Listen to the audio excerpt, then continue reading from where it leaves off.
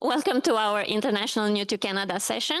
I'm Christina Puja, and I'm the Assistant Director at the International Education Center and here at UDM. And I'm here with one of our students who are working with us. Hello everyone, pleasure to meet you. My name is Simon Kamalenjan, incoming third-year student majoring in political science, minoring in English and classics, and I'm a programming and events TL at the IUC. So some housekeeping before we start the session. First of all, this session will be recorded and will be available to you to the parent and family platform. So don't worry, you'll have access to it. But something that I would like to stress out is that some of the information that we will present on it today may not be up to date in the following months, especially the immigration one, because immigration policies in Canada change a lot, and some of them may not be accurate in the following months or in the following years. So just to keep in mind. So, as you may know, University of Toronto, it's a university made of 3 campuses, UTM, UTSC, and St. George. It's no big difference between the campuses except of how they look.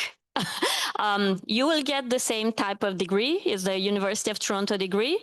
It's just that some campuses may have better services than other.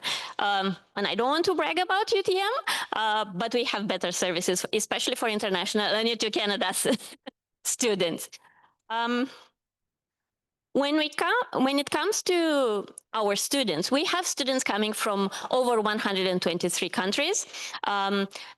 The majority of our students, international students new to Canada, are from US, but also from China, mainland China, Hong Kong, also Taiwan, India, Pakistan. But again, we have students from all over the world. So what is the International Education Center? So International Education Center, at International Education Center, we are go-to resources for international students new to Canada, but also any students who are interested in internationalizing their experiences while they are studying at UDM. In other words, we deal with anything related to international. The 3 pillars of our center are international and new to Canada support, meaning that we support this particular population of students. We also have different kinds of programs for support for success, and also have global opportunities for all students at UTM. And I will go in a little bit more details about each pillar. When it comes to international and new to Canada student support, we are providing support to all international students from the time that they receive their offer of admission up to 3 years after graduation. It's the only campus that does immigration support after graduation. So we provide up to 3 years PR, permanent residency support to international students, free of charge, meaning that if your student is interested in staying in Canada after they graduate and become a PR, make Canada their home, we can support them with the PR application and way to gain that. We also provide with transition support, meaning that we have different kinds of services to make sure that the students get customized with Canada, but also with life at UTM. And also we provide health insurance support to all our international students. When it comes to immigration, it's really, really important to know that international students have to have a valid study permit for the entire duration of their studies. Usually a study permit is issued for the duration of their program plus 90 days to allow them to graduate, apply for a post-graduation work permit if they are interested in working after graduation. But in some cases, you will see that some study permits are issued for the shorter period of time, mainly because the passport may expire soon, or maybe their letter of admission had a condition attached to it. And because of that, immigration will issue it for a shorter period of time. And what the student will have to do, they will have to extend their study permit at least 3 or 4 months in advance. We have a system in place that when the students, international students, are issued the T-card, the expiry date of their study permit is put in the system. we will follow up with students 30, 60, and 90 days before the expiry of their study permit in order to make sure that we remind them to make sure that they extend the permit. For different students, the study permit is issued, but it's also issued by the immigration a visitor visa. It's a sticker issue in the passport, and depending on their country of citizenship, they may get what is called an electronic travel authorization.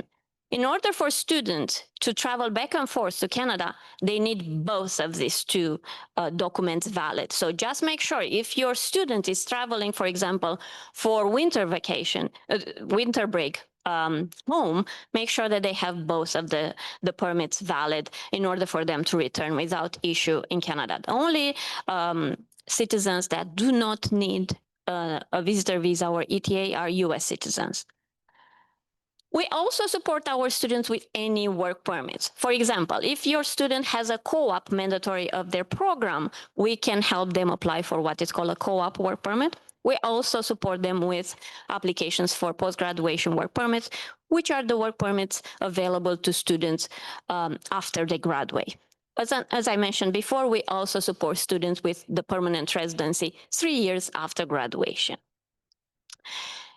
It's really, really important to follow up with your student to make sure that they keep their documents valid. Really important to have a passport valid, also a study permit while they are studying in Canada, the visitor visa or ETA, as I mentioned before, because if one of these documents expire, you may not be travel back and forth, you may not be continuing studying in Canada. As I mentioned, for some students, the study permits are issued for a shorter period of time because the passport expires. Make sure that they renew the passport first, then apply for the study permit and then the visa to make sure that they don't lose their status in Canada. Really, really important for international students, it's part-time status and breaks in studies. These have implications for the validity of their study permit, but also for their eligibility to apply for a post-graduation work permit or extend their permits. So if your student intends to drop to part-time status, make sure that you direct them to us to discuss the implications, because as I mentioned before, part-time status has implication, especially for working in Canada or applying for a post-graduation after they graduate. Also, breaks in their studies. They're supposed to be enrolled in classes following winter semester. Summer doesn't count because summer it's a school break, but following winter semester, they're supposed to be in classes in order to maintain their study permit valid. If sometimes things happen and if they need to take a break in their studies, please direct them to our office because we have to sit with them, discuss what options are available for them and what they need to do. Now, all international students and new to Canada are enrolled in two insurance plans. One is called University Health Insurance Plan, and the other one is the supplementary one.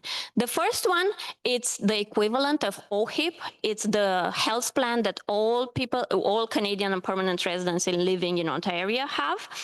And the other one, it's supplementary one, and it's provided by the student union. So the first one, we cover any questions related to that, but the second one, it's the student union. And I will go in more details about the coverage. We have two close hospitals to the campus. It's Credit Valley Hospital and also Mississauga Hospital in case of emergencies. We also have on campus health and counseling center. If a student needs some medical assistance, they don't need to go too far. It's on our campus. And we also have a campus safety to make sure that everything is safe on the campus. Now, UHIP coverage, what is covered by this particular plan? Any annual health examination with a doctor, any surgeries or hospital visits, any ambulance services, and any counseling, it's covered through this plan. All international students are already enrolled in this plan. They're supposed to receive already an email with instructions how to download their card. make sure that they download their card because they will have to show it anytime they visit a doctor or a hospital or things like that. There is a list of preferred providers. So if the student is visiting one of these providers, they do not have to pay from their pocket. They just show their UHIP card and they will be processed on the spot. If they are not going to preferred providers, then what they will have to do, they will have to pay for the services and then submit a claim to be reimbursed. The Health and Counseling Center here on campus accepts the UHIP. They don't have to pay and be reimbursed after that. What is not covered under this particular plan? It's any prescription medication, any eye exam, any glasses, any physiotherapy or chiropractor, for example, any dental care. But these are covered under the supplementary health plan that is provided by the student union. So tell the student to also get the card from the union. They are already enrolled in it. So how can you help your student? First of all, make sure that they keep their immigration documents up to date. Study permit doesn't expire, visa doesn't expire. They are here with a valid study permit all the time. Make sure that they renew their study permit and visa at least 3 or 4 months before the expiry date. Remind them to carry their health insurance cards with them every time they visit a doctor, or they need, if they visit a dentist, they have the extended health insurance plan card with them in order not to be charged. Remind them to cover the general things like basic needs, such like T-card, that is the card that they need to access services on campus. Update their emergency contact in Rosie. It's really important to update their phone numbers, email and address for us in case of emergency for us to be able to reach to them. Make sure they have a phone, they have a bank account, they have a place to live. Also, they have access to what is called UPass. It's a pass they can use for the public transportation in Mississauga. And also, for those who have a driver license, get the Ontario driver license, or for those who do not have a driver license, apply for what is called Ontario ID. It's really important to apply for this one because in this way you don't need to carry your passport every time you have to show your ID. You can use this as an identification document. And please remind them to contact us anytime they want to drop to part-time courses or they intend to take breaks in their studies, because again, we have to sit with them and explain the implications when it comes to immigration status in Canada. So it's really, really important. Now, when it comes to the programs for success, we have a lot of events and programs designed for international and new to Canada students to kind of make sure that they have a smooth transition in Canada, smooth transition at UTM, and they become successful while they are here. First big event, it's tomorrow, is the International New to Canada Student Welcome. Make sure that they sign up for this event. It's really important. They will have they will interact with other international students and New to Canada students, but also they will some of our staff who will introduce to some basics that they should know about campus and their journey here at UTM. We have an international student mentorship program. If they haven't signed up for that, my suggestion is to do that, because they will be paired with upper year students who will guide them during the first weeks here at UTM. We also have different kind of programs such as Canada A, which takes students to different events, such as Niagara Fall Trip, Blue Jay Games. So really, really encouraging them to participate and sign up for this event. And also, we have an international student success coaching program that we pair students with a peer coaching students who will, again, will help them navigate their life at UTM, transitioning at UTM and in Canada, and this transition being a little bit smoother. Now, as international students, you may be able to work on or off campus if you maintain full-time status during the fall and winter semester, and you can work on campus and off campus. On campus, you do not have restrictions of how many hours you can work. Off campus, you are restricted to 24 hours per week during the school time, and you can work full-time during the school breaks, such as reading week, winter break, and summer, if summer it's between two semesters, and they maintain full-time status in the winter and will continue as full-time status in the fall. It's really, really important for students to gain some type of work experience while they're studying. Why? Because every employer, especially if you stay in Canada, every employer will look for Canadian work experience. And work experience, it's if you work on campus or off campus, it is still considered Canadian work experience. We also, as I mentioned before, provide support for international students to apply for the post-graduation work permit. This is a work permit that most of the students are entitled to apply as long as they meet some conditions. This particular work permit is valid usually for 3 years, allows students to stay in Canada and gain a Canadian work experience after graduation. And usually this particular work permit is the pathway to permanent residency for those who are interested in staying here after graduation. Again, how you can help your student? Encourage them to participate in orientations. This is the first time that they will meet other colleagues and staff. Sign up for the International Student Mentorship Program. Again, it's a really good opportunity for them to be paired up with upper year students and get all their questions answered. Participate in any transition programs and coaching programs. And very important, I cannot stress more enough, gain some work experience while studying here at UTM. Remind them to connect to find out activities outside of classes. I know that most of the students coming to UFT are academically concentrated on, but activities outside of classes are very, very important. Seek academic support if through facility group sessions. Make sure that the students are getting in contact and talk with their teaching assistants and professors. This is something that is expected here at UTM. And look for appointments with academic advisors every time that they have questions about their program of studies, how to get enrolled in classes, what major or minor they want to follow.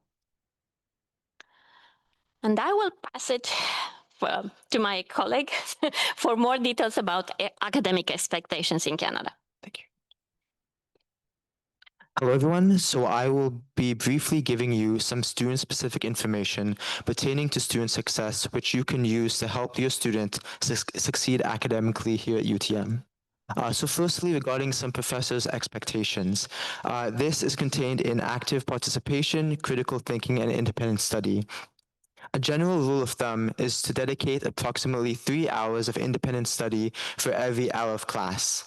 In that respect, there are 3 types of academic instruction. Firstly, lectures, where professors provide material to the class.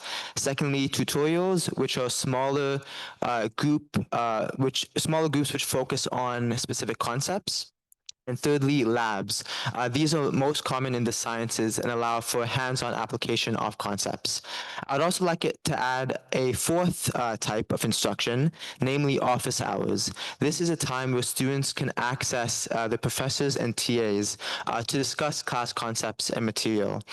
And in my own experience, office hours have been integral for academic success. And for myself, this included a perfect GPA this last semester, and also the achievement of the highest grade in one of the largest political science courses here at UTM. And I can truly say that office hours were critical to those accomplishments, as primarily, it allowed me to access and understand the key concepts which underpin my courses. And this is something which applies universally to all programs of study. So lecture, tutorial, labs, and office hours are very important for all students. Finally, competing demand, students will be dealing with a lot of responsibilities academically, including assignments, midterms, exams, group work, and reports. As parents, it can be very helpful to understand your students' workload, ensure that they are able to manage their workload, and also point them to resources should that workload become troublesome. So understanding your degree. A great perk about studying at UTM and U of T is that building your degree can be very flexible, and this can grant students the ability to explore many different subjects and really explore their interests here at university. First point of discussion is regarding program of study or POST. This is declared at the end of your student's first year. It basically allows them to inform the university as to what they intend on studying in the form of a specialist, major, or minor, which I'll discuss briefly. Secondly, students must ensure that they take a minimum of 6, 300, or 400 level credits. These are upper level courses which show advanced learning. And thirdly, students must ensure that they fulfill distribution requirements. And this involves taking at least one humanities credit, one social science credit, and one science credit. In that regard, one course is equivalent to 0.5 credits. Finally, returning back to program of study, we have 3 diagrams here which show the 3 most common combination pathways for program of study paths. Firstly, 1 specialist, secondly, 2 majors, and thirdly, 1 major and 2 minors. So some keys for success. Academic success goes beyond just studying and working hard. It also involves knowing the rules and knowing what resources you can access to optimize your learning experience. First, we have academic integrity. This is very critical at the university level. Part of this is avoiding shadow courses and external resources, as they can often lead to academic integrity issues that could impact study permits. Secondly, it is very critical for your student to become aware of and know how to avoid plagiarism. This has become very relevant today, especially due to AI, especially as different courses may have different policies on AI usage and the extent to which professors may allow the students to utilize AI in the courses. So it's very critical to understand those permissions and follow them accordingly. In terms of resources, there are many resources here at UTM. In the academic world, academic side of things, we have the Robert Gillespie Academic Skills Center, which is located in the MN building. This is a place where students can access resources pertaining to writing, study strategies, time management, etc. We also have academic advisors, extremely helpful resource. Students can book times to speak with an advisor to discuss their graduation progress. Thirdly, program plans, which I'll be discussing in the next slide. So here is an example of a program plan. These are extremely helpful tools for students as they capture the requirements and opportunities for each program pathway. Here we have forensic science, but we have program plans for every single program, and these are updated annually and are uploaded onto the UTM website. Students who use these tend to do better overall because it provides them a very holistic and broad overview of the program and allows them to plan accordingly to maximize their experience. 4 tips in this regard. Students are encouraged to firstly read the program plan every year to stay up to date on opportunities and requirements for the program. Secondly, students are encouraged to adapt the program plan as well, as it is very flexible. Thirdly, students can explore many different subjects and pathways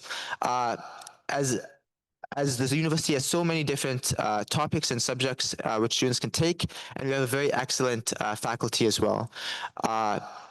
Extremely helpful resource for all students across all programs. And finally, some resources for smart academic planning. Firstly, we have the academic calendar. This is essentially the rulebook for all courses, programs, etc. It contains very relevant information, especially pertaining to when your student comes to plan their program and the courses they will be taking throughout their university experience. Secondly, Degree Explorer. This allows students to stay up to date on their progress towards graduation. CGPA Calculator and Grade Calculator, both allowing a student to stay up to date on their academic standing. Timetable Builder essentially allows students to simulate their courses to ensure that they don't have conflicts and it's a manageable workload. And finally, Important Dates. This contains information like what are the due dates to register for courses, drop courses, exam season, when school starts, ends, etc., and any other relevant university timelines. That's it for me. Thank you very much. I'll hand it back to Christina. So, as I mentioned before, we have also a learning opportunity at the International Education Center, and we encourage students to participate in these particular opportunities because are unique. We have UTM Abroad courses, which are courses that students are enrolled in, and they will put in practice whatever they learn by going in on a trip during the reading week to put in practice whatever they learn in that particular course. They usually are going with their professor, and for the winter semester, we have courses with students who will go in Dominican Republic, Japan, Peru, Morocco, and London and Paris. We also have the exchange program, which is allowing students to go for 1 semester, 2 or 3 semesters to an international university. We have around over 180 agreements with other international institutions where students can go there and study and transfer their credits back to UFT. Again, a really good opportunity for them to get some international exposure. Now, we will close up with some reminders. Orientation is happening from August 29 until September 5th. There are a lot of events happening, so I'm encouraging your students to participate in them. The International and New to Canada Student Welcome is happening tomorrow. Make sure that they register for that. The first day of classes starts on September 2nd.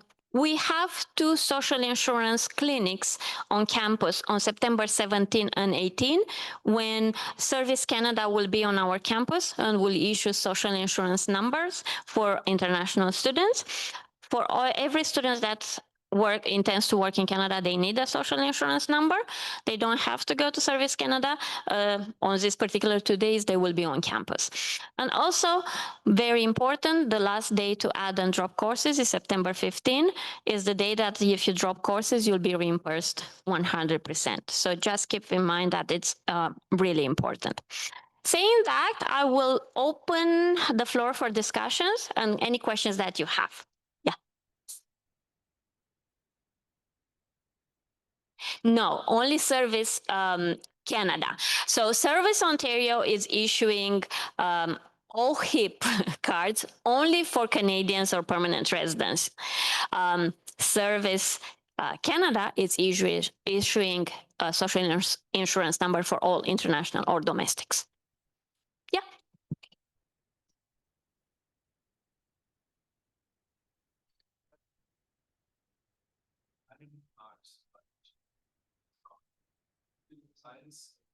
Yeah.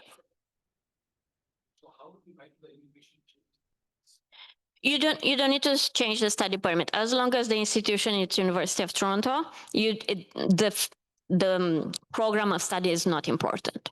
The only thing that it has to be to match, it's University of Toronto. Doesn't matter, because especially with students, you are getting into a program, but you may change your program during your study, so it's not important. You don't need to change the study permit. No. Correct. Yes.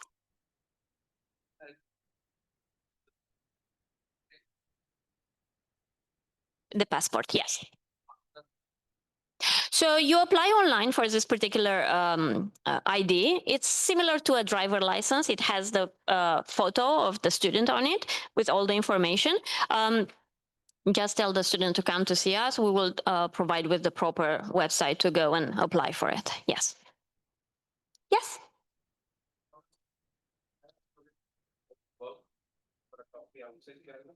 So as long as working is not in Canada, you don't fall under the rules related to work.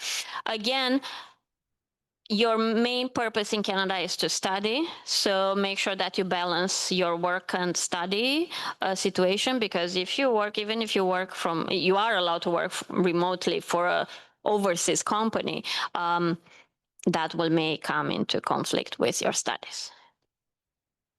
Yep. Yep. Perfect. Your slide mentioned the description. Yes. Can you just talk about that a little bit more? Is this like you have to complete that in the first year or all 4 years? Sure. So you don't need to complete them in the first year. You can complete them at any time over your 4 years. So each course is equivalent to 0.5 credits. So what that means is you need at least 2 courses for social sciences, 2 courses for the humanities, and 2 courses in the sciences. And so some of these will be automatically fulfilled by your degree. So let's say if you major in chemistry, your sciences will automatically be fulfilled, but then you would need to take, let's say, humanities. And if those aren't contained in your minors or majors or specialists, you would have to take them as an elective. The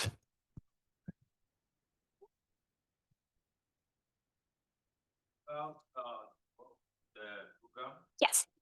So students who are not, who chose courses that are not, but is there any way they can change it from? So for co-op? Okay, so at UTM, we have the co-op, it has to be mandatory to their program of studies. And we have at UTM a co-op program. It's specific to students enrolled in specific programs. My suggestion is for your student to check if they qualify for that particular program. They have to apply first for the UTM co-op internship program. And if they are accepted into the program, then we can help them apply for the co-op work permit, which will allow them to work full-time.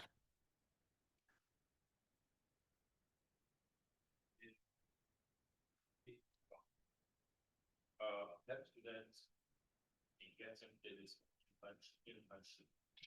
If it's a program, as I said, a co-op program at UTM, then yes, it's a very specialized program.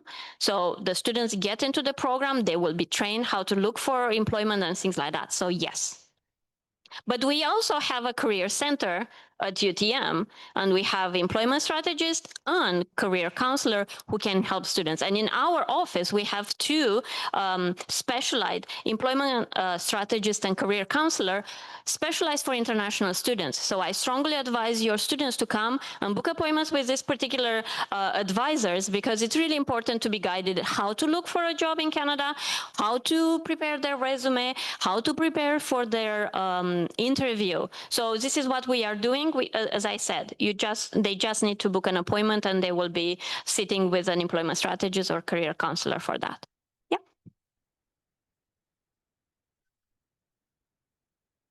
Yeah. Yeah.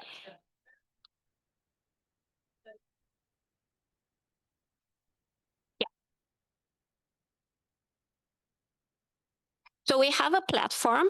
So Career Center has a platform, CLNX is called, where we post all the jobs available for students. This is where they need to go and see what opportunities. Some that you can apply through the CLNX, some are external. Yes. So it depends if it's an incoming student. Yes, we always, if it's a first-year student, we suggest they start in the second semester, because the first semester will be a little bit of overwhelming. But if it's an exchange student, that's a different story. And I will ask you to talk with Mark if you want more details.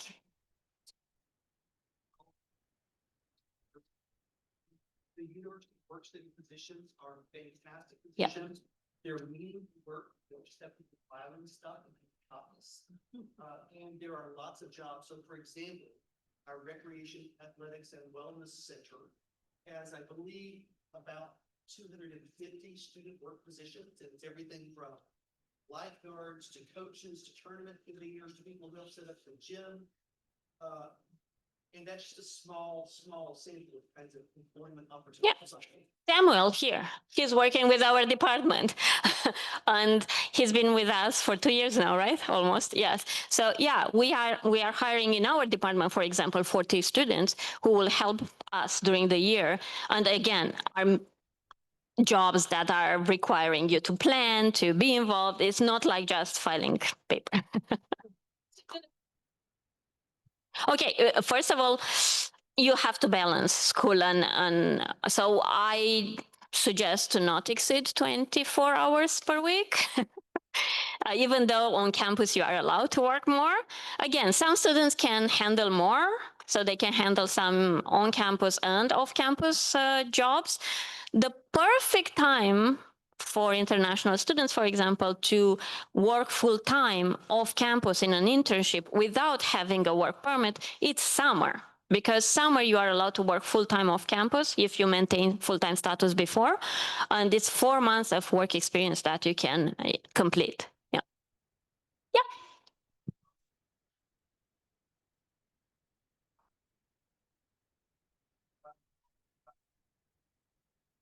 Yeah. Yeah. The status.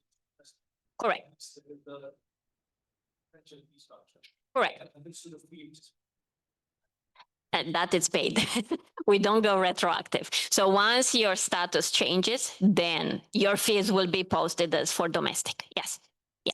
It's just that you have to inform the registrar office and they will change your legal status from international to domestic, and then your fees will be reflected. Yes. Yeah. Yeah. Yeah.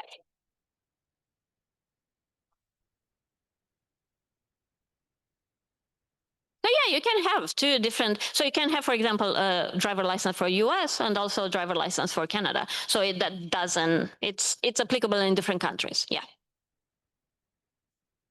You have to be a resident of Ontario to apply for Ontario driver license. Yes. Any other questions? Yeah.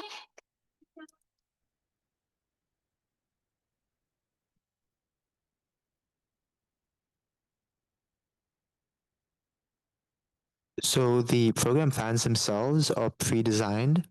They're updated annually and then put on the UTM website. So you just need to like search a program plan with the relevant program of study. But you could sit with an academic advisor to either discuss the plan, or if the students would like to use that pre-designed program plan to kind of tailor it towards their own interests and their combination of program of study. But the program plan itself is pre-designed. It's basically a document with the different opportunities and requirements for the course.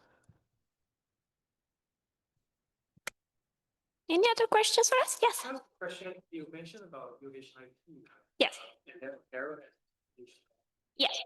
We are unique, my son is Canadian, that he is living Overseas. Yeah. Yeah. So he doesn't qualify for UHIT. So yes, so you have to go to Ontario, Service Ontario to get your OHIP card. If you have charges for UHIP, come and see us because we have to change them. But yeah, you just need to go in person at Service Ontario and they will issue the OHIP.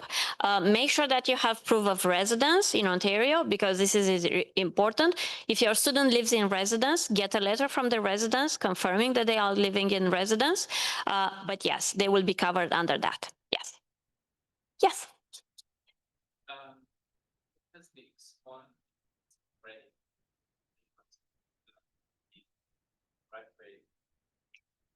So we don't have exactly statistics, but what we realized during the years, it's that more engaged the student, more chances for them to be successful. If you are just concentrated on staying in your residence room and just attending courses, that is not a key to success. You have to be engaged. You have to be engaged with your TA, with your professor, but also participate in extracurriculum activities because this is how you make friends. This is how you find things out. You are access to information, right? If you are just sitting in your room, that is not going to happen.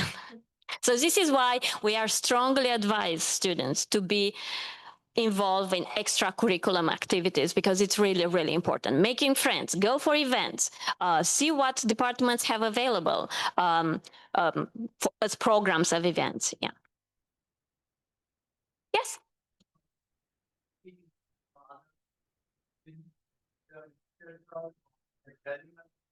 For the driver license and the health insurance, yes.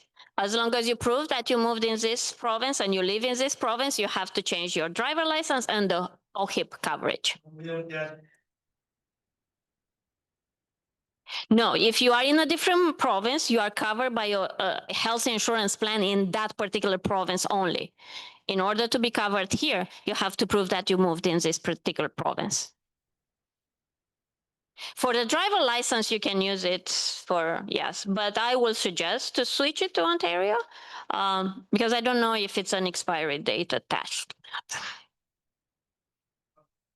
That remains the same. Yes, you don't have to change it. Yes.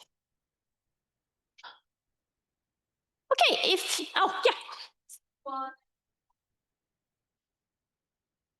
The supplementary health insurance, the students have to go to the student union to pick it up. Yeah. To drop it, yes. comes on that. Yes, they are enrolled automatically into the plan. It's just a matter to, yes. Yes. My Oh, I think, yeah, question, then, and I'm thinking several things. I don't know which one. B, I put AI. In something that. For example, doing several, and just AI, so I think. Just start sending to the, that. And so what the government. Sure. So basically, each course may have varying guidelines on AI usage. I know some courses are a bit more lenient. The professors maybe want to incorporate AI into the learning process. So in those cases, but of course, they would outline the extent to which you could utilize AI. In other courses, and I think at least from my own experience, most courses have a no tolerance policy towards AI. And the professor states that in the course outline and in class. Some courses are naturally more like if you were to use AI, let's say a writing course, professors are very good at catching AI usage in, let's say, essays or writing assignments. But let's say, you're in an econ class or math class, students may be, of course, tempted to use AI. And they might even be able to do that without being caught. But the thing is, in terms of learning, it is a better decision to really get down with the fundamentals, especially in math or econ, for example. So like it's not as though every single time you use it, you will be caught. That's just the reality, just because it is a very emerging issue and it's like professors have varying policies on it.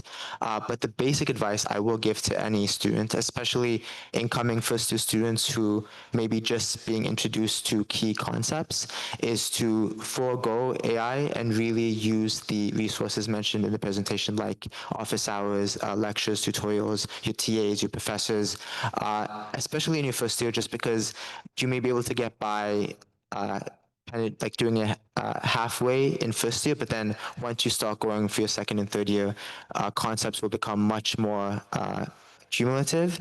And so, I mean, just as a general piece of advice, it would be better to like avoid AI. And of course, professors have varying expectations regarding the usage. Does that answer the question?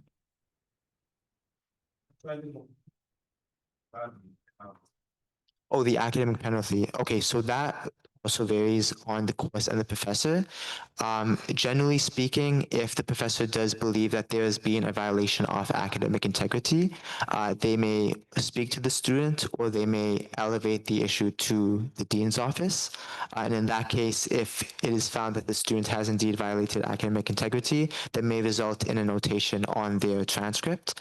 And there may be accompanying consequences as well. all right.